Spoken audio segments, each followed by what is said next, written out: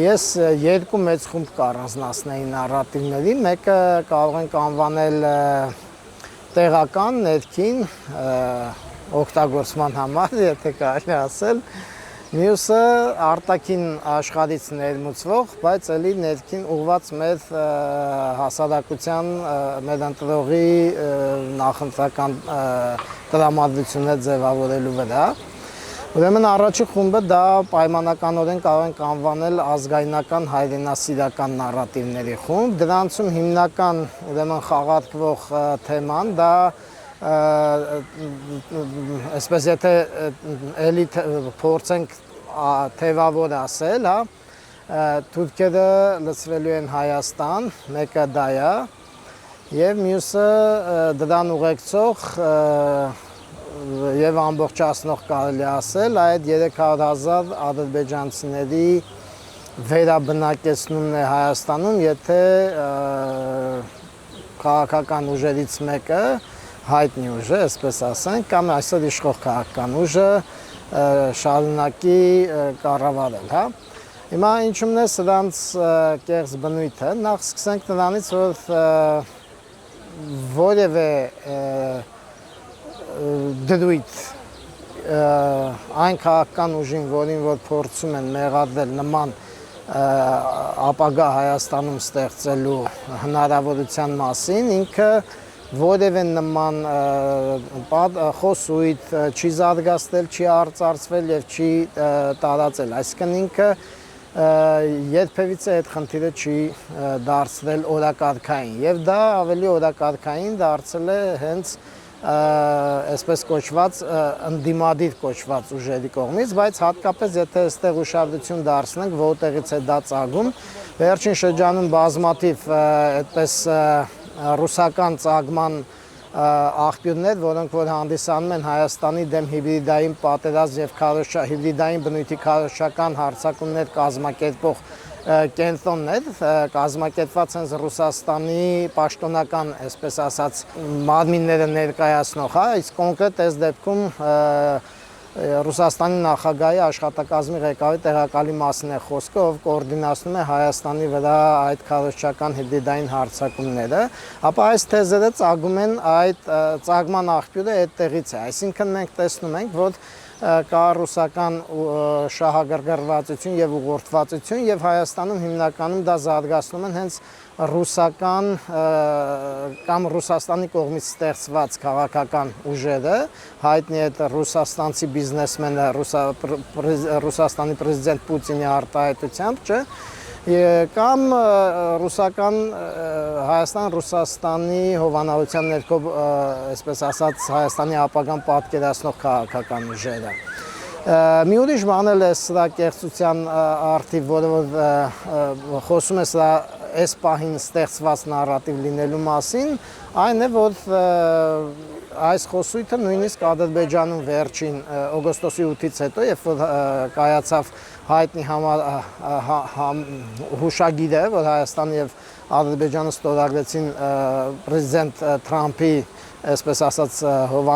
հովանավորությամբ, հա, դրանից հետո կարծեք թե այս տիպի խոսակցություններ երբևիցե չեն եղել նույնիսկ ադրբեջանական կողմից, այնպես որ սա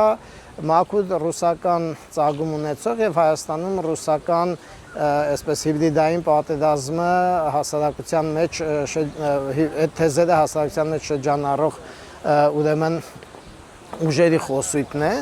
եւ ինչի է սա արվում, բնականաբար սրա գլխավոր նպատակը հատկապես փոքր համայնքներում նույնպես սա այդպես աշխատում է, մարդկանց մեջ ուղղակի վախի մթնոլորտ ստեղծելն է, որովհետեւ մարդիկ վախենալով, ասենք, որ այսպես ասած քաղաքական ուժը վտանգ է ներկայացնում ազգային ինքնությանը եւ ազգի ընդհանրապես կենսուն հետագա ապրելուն, հա,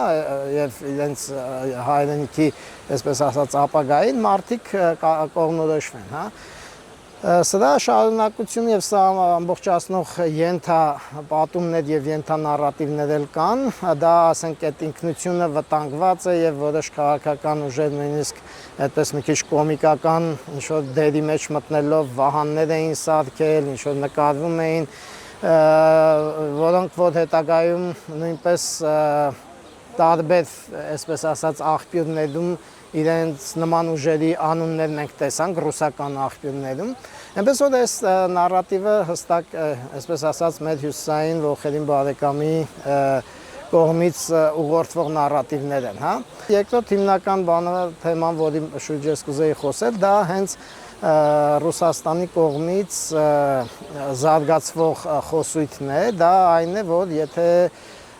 Հայաստանը այսպես ասած շեղվի ռուս-հայկական բարեկամությունից, ապա կարող է էլի մեր ապագային լուրջ սպառնալիքներ իր կողմից ներկայացվեն եւ այս թեման նաեւ ինքը ամփոփվում է մեկ այլ թեմայով, դա հատկապես եվրոպական քաղաքական համայնքի գագաթնաժողովից հետո սկսեց շրջանառվել եւ պրեզիդենտ Պուտինի մայիսի 9-ի հայտնի ելույթում, որ Եվրոպայի հետ Հայաստանի մերձեցումը դա կարող է վտանգ ներկայացնել Հայաստանի անվտանգությանը եւ հետո մենք տեսանք, որ այս նարատիվը սկսեց տեղում տիրաժավորվել նաև տեղական քաղաքական տարբեր ուժերի կողմից, որոնք հիմնականում էլի ռուսական կողմնորոշում ունեցող ուժեր են։ Ես հիմա չեմ ուզում քաղաքական ուժերի անուններ տալ, որպեսզի սա չլինի նախընտրական ինչ-որ այս կամ այն ուժին վնասելու բան, բայց ես ուզում եմ ընդհանուր բաների մասին խոսենք, որպեսզի մեր ընտրողը հասկանա, թե ինչը ինչոց է, հա։ Եվ այստեղ էլի մենք ունենք այդ կեղծելու, իրականությունը կեղծելու, նատփորեն կեղծելու բանը։ Խնդիրը նրանում է, որ մենք տեսնում ենք, եթե վերցնենք շատ պարզ մոտենանք հարցին, այս երկու կողմերի, այսինքն այդ եվրոպական քաղաքական համայնքի հետ հայկական մերձեցումը որպես սպառնալիք եւ ռուսական, այսպես ասած, կողմից հնչող մոտեցումները, ապա մենք տեսնում ենք, որ եվրոպական կողմից երբևիցե որևէ բանակցության ընթացքում որևէ սպառնալիք, ուղիղ սպառնալիք մեր հասցեին չի հնչեցվել եւ ընդամենը անդադ մենք տեսնում ենք տարբեր տեսակի համագործակցության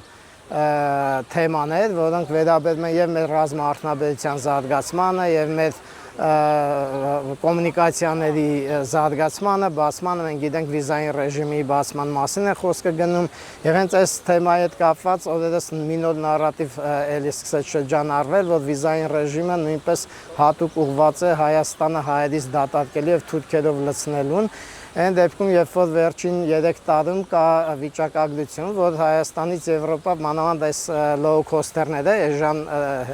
ճամփորդության հնարավորություն են ստեղծել եւ մոտ 500%-ով դա շատ լուրջ թիվ է, 500%-ով Հայաստանից դեպի Եվրոպա ճամփորդողների թիվը ավելացել է, բայց մենք չենք տեսնում, որ մերոնք գնում եւ այսպես ասած փախստականի կարգավիճակ են խնդրում։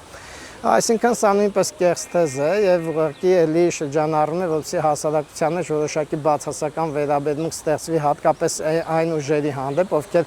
ժողովրդավարական ուղղվածություն ունեն եւ ովքեր փորձում են ժողովրդավարական քաղաքական, այսպես ասած, միջավայրերի հետ ինտեգրման քաղաքականություն տանեն։ Եվ հակառակը ամփոփելով ես այս նարատիվը եւ ընդհանրապես խոսքս փորձեմ ասել, որ մենք անդադ տեսնում ենք Ռուսաստանի կողմից հնչեցող այդ սպառնալիքները, ով որ եթե նախկինում շատ հետաքրքիր փոփոխություն է եղել իր խոսույթում, եթե նախկինում ինքը մեզ վախացնում է Թուրքիայով եւ ինքը որպես փրկիչ է հանդես գալիս, ապա այս վերջին շրջանում ինքը համ սպառնացողն է, համ փրկիչն է, այսինքն ինքը ասում է ես եթե դուք խախտեք մեր դարավոր բարեկամությունը, ապա ես այլևս չեմ դառնա ձեր փրկիչը, այլ կդառնամ ձեզ ոչնչացնողը, կոպիտ եմ ասում ոչնչացնող, իհարկե իրանք չեն ասում ոչնչացնող, բայց սպառնում են պատերազմով հղելով մայիսի 9-ին Պուտինի խոսքին ռուս-ուկրաինական պատերազմը, այսպես ասած, որ կարող է սպառնալ նաև Հայաստանին։ Փորձագիտական համայնքը, հետազոտողները, գիտական ակադեմիական հանդույթ, այսինքն մարդիկ, ովքեր որ կարող են ռացիոնալ տրամաբանության վրա հենված մեկնաբանություններ ներկայացնել եւ տիրաժավորել, տարածել հանրության մեջ, իրենք շատ ավելի հաճախ խոսեն։ Մեկ, երկրորդը չափազանց կարևոր է գործող կառավարության կողմից ռազմավարական կոմունիկացիայի, այսինքն հասարակությանը օգտագործելով իր ձեռքի տակ եղած լրատվամիջոցները, սոցիալական հարթակները հասարակությանը հիմնավոր տեղեկատվություն, անդադար տեղեկատվություն ապահովելով, որպեսզի հնարավոր չլինի կեղծ տեղեկատվություն տարածել, որովհետև մարդիկ իրենք շատ մեծ հաճույքով նախընտրում են հենց այն տեղեկատվությունը, որտեղ կա տրամաբանություն, որի տակ կա փաստեր, փաստահեն, այսպես ասած, տեղեկատվություն է, այլ ոչ թե կիսատ ճշմարտությունների կամ ընդհանրապես օդից վերցված, իսկ այդ օդը հիմնականում միշտ ռուսական, այսպես ասած, քամիներն են բերում, այդ օդից է գալիս, այնպես որ մենք հիմնական միջոցները սա են, ոչ մի դեպքում չարձագանքել եւ չպատասխանել էմոցիոնալ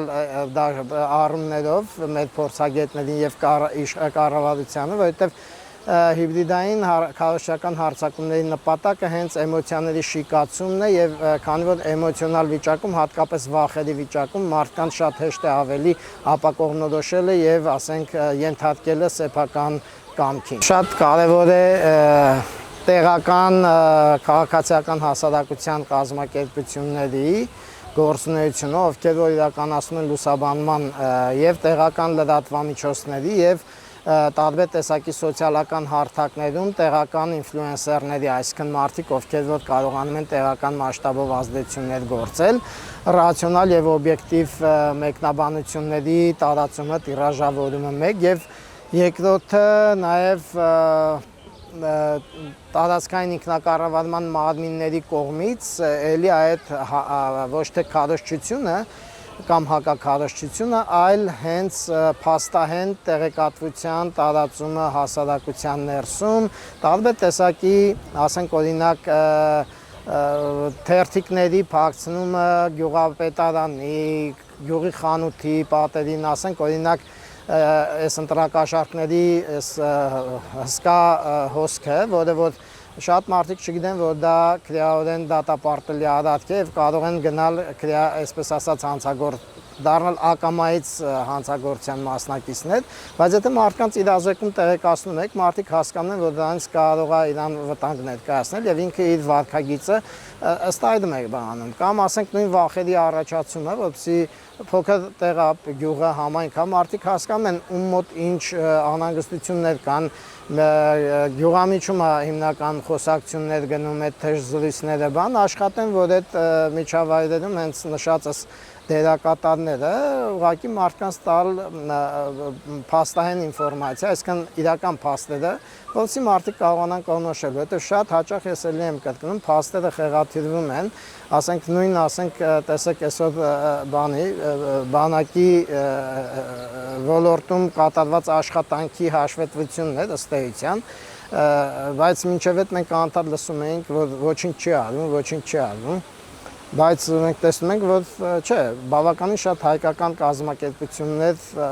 տեղական զենք են արտադրում եւ կան նաեւ